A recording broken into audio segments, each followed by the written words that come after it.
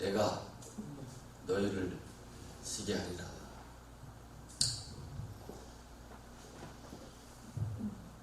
이 본문 말씀은 그렇게 쉽게 이해되어질 수 있는 그런 말씀이 아니라고 하는 것을 여러 번 반복해서 말씀을 드렸습니다. 이 수고하고 무거운 짐을 진 자가 과연 누구냐에 대해서 이 설교 방송을 들은 분들께서 영적인 지각과 감각이 있으시다면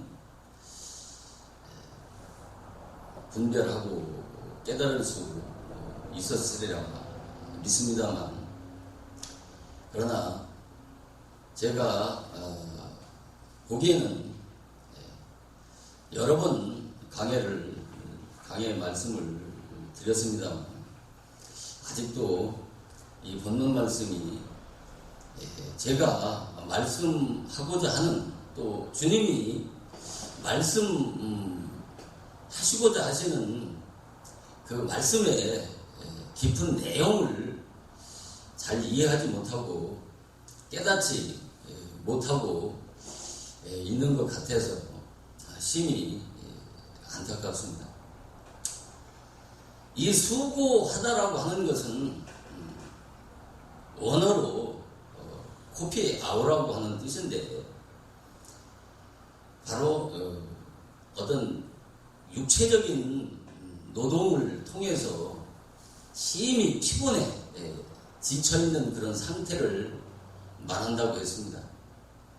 그리고 시제는 바로 현재 능동 분사라고 말씀을 드렸고, 또 무거운 짐을 진 자는, 무거운 짐을 진 자는 포르티존데, 원어로 그 무거운 짐에 물려서 어떤 제3자의 도움이 없이는 일어설 수 없는 그런 영적인 상태를 말한다고 말씀을 드렸습니다. 그래서 먼저 이 수고를 해야 되는 겁니다. 그러면 이 수고라고 하는 것은 육신의 먹고 살기 위해서 하는 수고와 노력이 아니고 바로 죄와 피 터지게 싸우는 자라야 이 수고하고 무거운 짐을 질 수가 있는 것이고, 그 수고하고 무거운 짐을 진 자라야 하나님께서, 예수님께서 그를 부르신다는 것입니다. 한국 교회의 정말 영적인 수준을 보면 이 영적인 수준이 얼마나 낮은지, 낮은 정도가 아니고 말로 표현할 수 없을 만큼 영적인 수준이 낮다라고 얘기하면 반발할 분도 없지 않아 있을지 모르겠습니다. 그것은 사실인 것입니다. 오늘의 양들이 정말 영적인 참과 거짓을 전혀 분별하지 못하는 그런 영적인 무지 가운데 있는 이유는 바로 지도자들이 양들을 바르게 진리로 가르치지 못하기 때문에 이러한 결과를 가져오는 것이고, 그로 인해서 오늘의 기독교가 영적으로나 육적으로 도덕적으로 정말 세인들로부터 손가락질을 받을 만큼 부패하고 타락해 가고 있는 것입니다. 그래서 이 수고하고 무거운 짐진 자는 바로 죄와 피 터지게 싸우는 자가 죄가 보이게 되고, 그 죄가 보이는 자가 정말 자기의 그 지정의 그 도덕성이 성장해서 장족의 발전이 있어야 바로 이 수고하고 무거운 짐이 얼마나 무겁고 또 자기 안에 얼마나 무거운 그 죄로 인해서 하나님 앞에 정말 하나님의 은혜가 아니면 구원받을 수 없는 그런 절망적이고 정말 1.1획도 자랑할 만한 의라고 하는 그것은 찾아볼 수 없는 죄인이라고 하는 것을 깨닫게 되어지는 것입니다. 그래서 죄와 싸우는 자라야 바로 그리스도를 찾게 되고, 또 그런 자라야 그리스도 안에서 그리스도를 발견할 수가 있는 것입니다.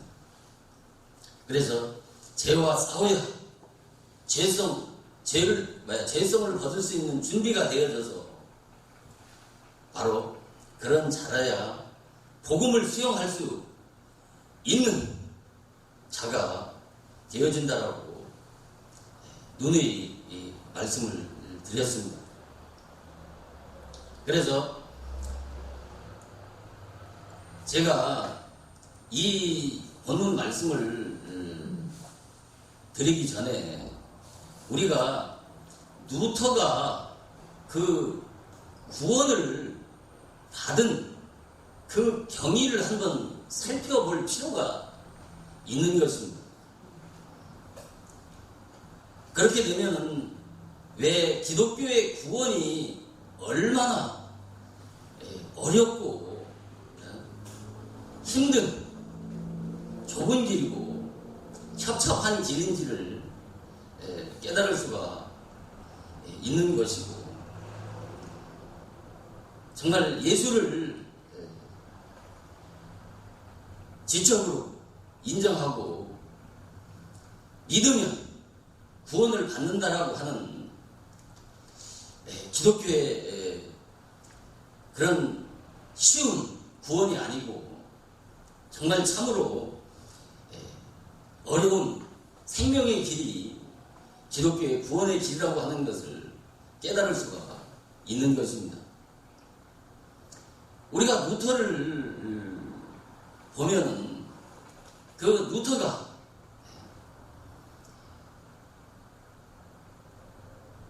성경을 몰랐습니까?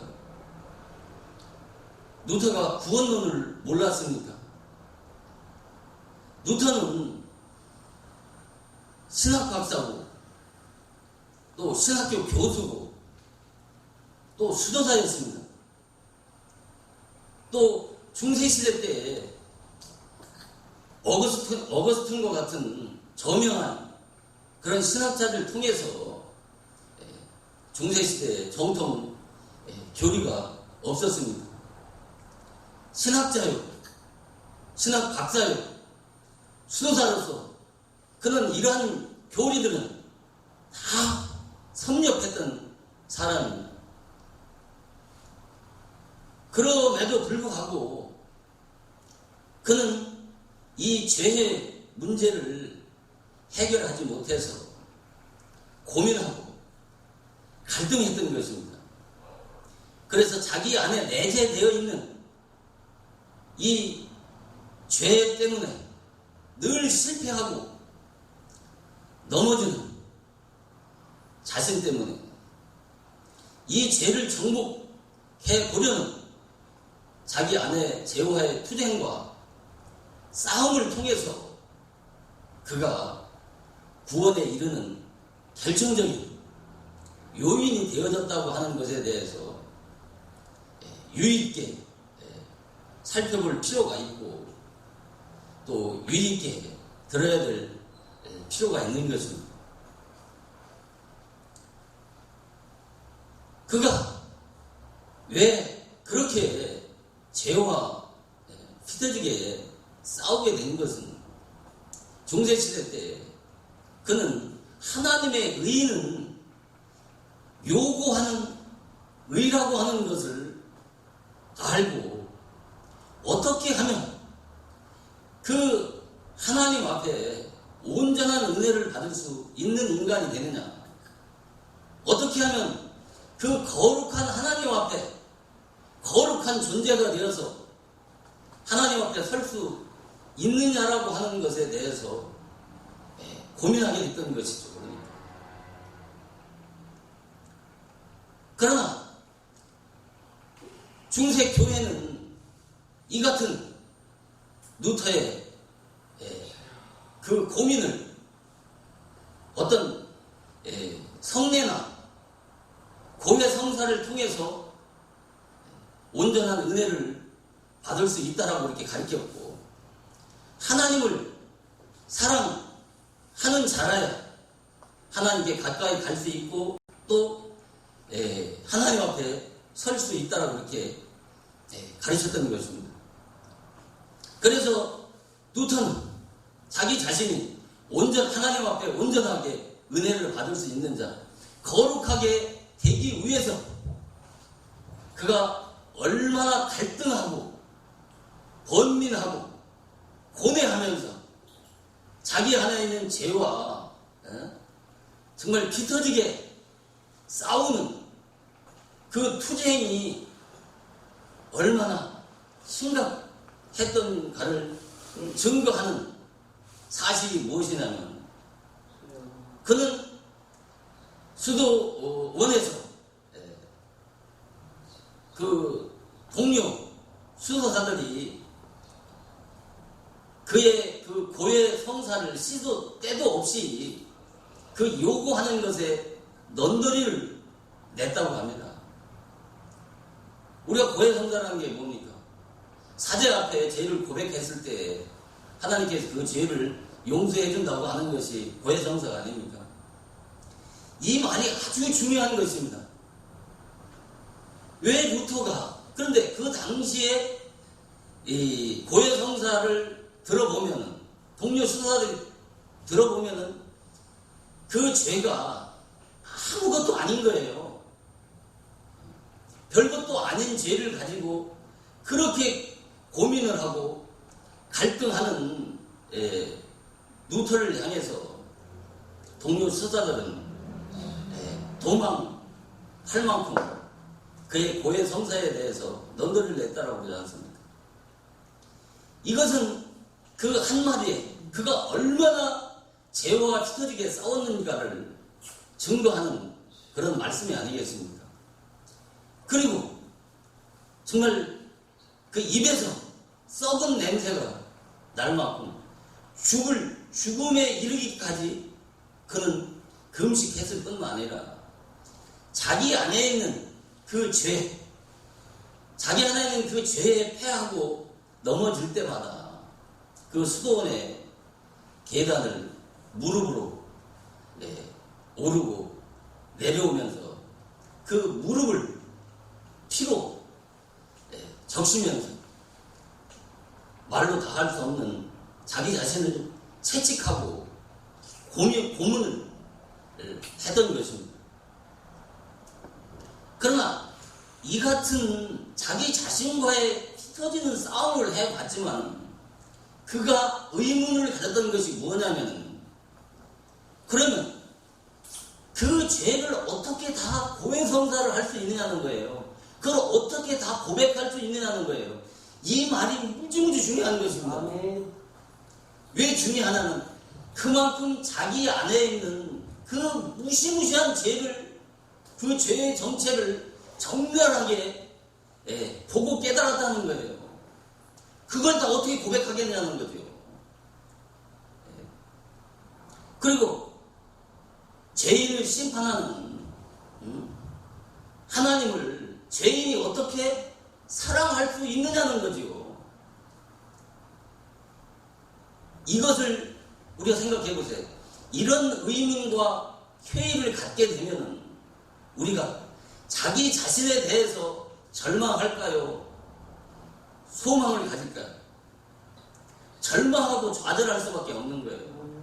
이때 하나님께서 루터에게 복음에는 하나님의 의가 나타나서 믿음으로 믿음에 이르게 하나니 의는 믿음으로 살리라고 하는 로마서 1장 17절 말씀을 통해서 의는 하나님이 주시는 선물이라고 하는 것을 깨달은 이신 득이, 이신 층위를 깨닫게 되어졌고 또 그가 다시 태어나는 그런 중생의 체험을 통해서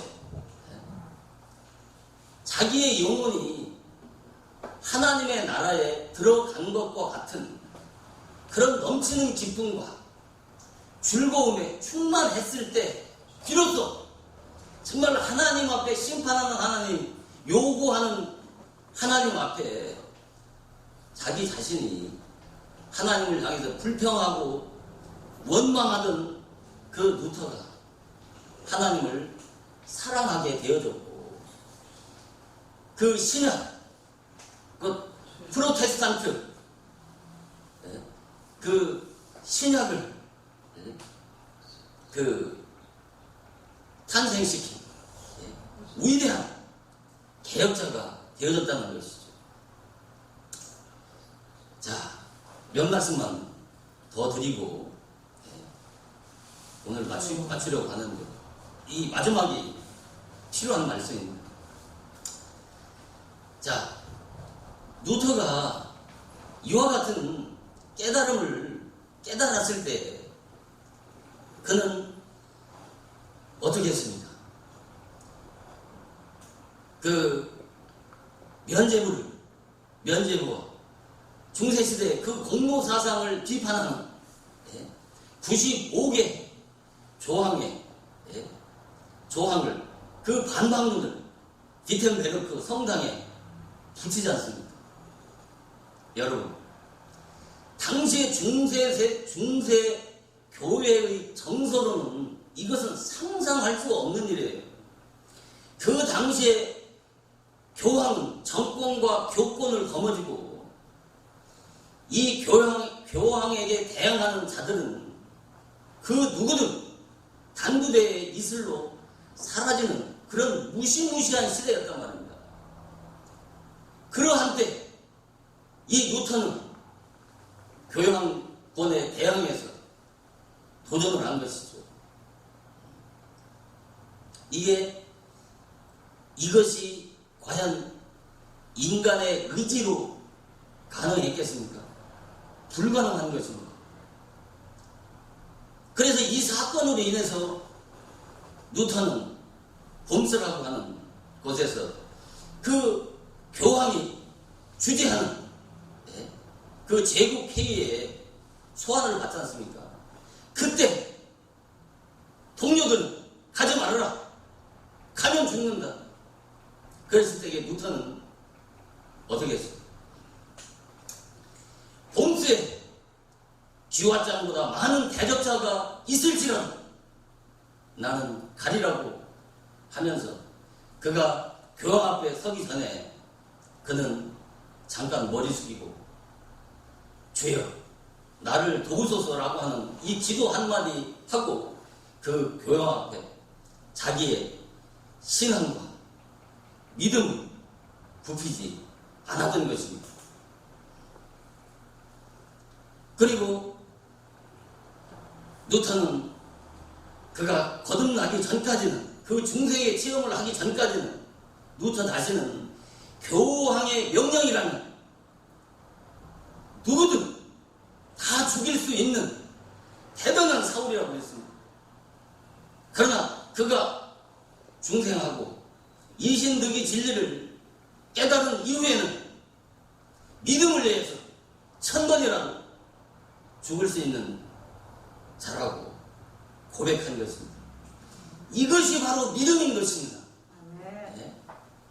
오늘날 이런 믿음의 루터와 같은 이런 믿음의 선진들과 같은 이 복음의 능력을 자기가 직접 체험하지 못하고 하나씩 역사적인 교훈으로 이해하고 가르치는 것으로 끝나기 때문에 오늘의 한국 교회가 이렇게 무능하고 무기력한 것입니다.